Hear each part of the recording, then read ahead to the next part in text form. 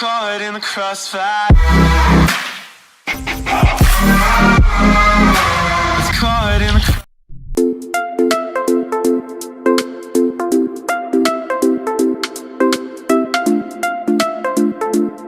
நான் விஷ்வா. இங்கிலாந்துல மிகப்பெரிய ஒரு பிரச்சனை போய்கிட்டு இருக்கு. ஒரு 17 வயசு பையன் 6 சின்ன குழந்தைங்கள சாவடிச்சிருக்கான். அதே மாதிரி அதை தடுக்க வந்து அவங்க அம்மா அப்பாவையும் குத்திருக்கான். பட் அவங்க சாகலை. அதுக்கு இவ்வளோ பிரச்சனைக்கு அப்புறம் இங்கிலாந்து போலீஸ் அவனை கைது பண்ணி ஜெயிலில் தான் இருக்கான் அந்த பையன். பட் இப்போ அவனுக்கு 17 வயசு தான் ஆகுது. அதனால அவனுடைய ஃபோட்டோ அவனோட பேர் எதுவுமே வெளியே சொல்லக்கூடாது. இது நிறைய நாட்டில் இதே மாதிரி ரூல்ஸ் இருக்குது. பட் இங்கிலாந்து போலீஸும் அதுதான் ஃபாலோ பண்ணாங்க. அவனோட பேர் எதுவுமே வெளியே சொல்லலை. பட் மீடியா போய் தான் உங்களுக்கே தெரியும், சும்மா இருக்கிறத ஊதி பெருசாக இருக்கிறாரு.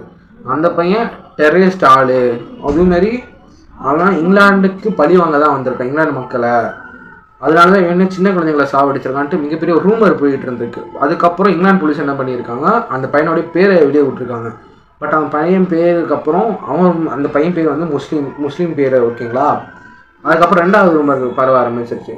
ஓகே, அவன் கன்ஃபார்ம் தீவிரவாதி தான், பாகிஸ்தான் இல்லைன்னா அந்த ஈரான்லேருந்து தப்பிச்சு வந்திருக்கான் அப்படின்ட்டு ஒரு ரூமர் 2வது ரூமர் போக ஆரம்பிச்சிருச்சு. பட் அவங்களுக்கு தாட்டை பொறுத்தளவுக்கு அகதியாக வந்தவன் யாரும் நம்பக்கூடாது. பட் அந்த பையன் பியூர் இங்கிலாந்து சிட்டிசன்.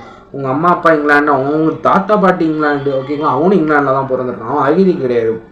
அகதினா இப்போ இந்த என்ன சொல்கிறது, ஒரு ஆஃப்ரிக்காவில் ஏதோ ஒரு நாடு. ஓகேங்களா. அந்த நாட்டில் சாப்பாட்டு தொழில் எதுவுமே இல்லை அந்த நாட்டில்.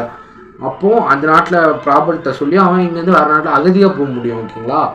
அதே மாதிரி நிறைய பேர் போவாங்க இங்கிலாந்துக்கு. பட் அதில் ஒருத்தர் நினச்சிட்டாங்க இங்கிலாந்து மக்கள். அதனால தான் அவங்க தப்பாக நினச்சாங்க. பட் இன்னும் வரைக்கும் அது கன்ஃபார்ம் பண்ணிட்டேன். பட் இதுக்கு முன்னால் அவங்க மேலே ஒரு டெரரிஸ்ட், அதுக்காக பல பேர் அடித்தாங்க இங்கிலாந்து மக்கள்.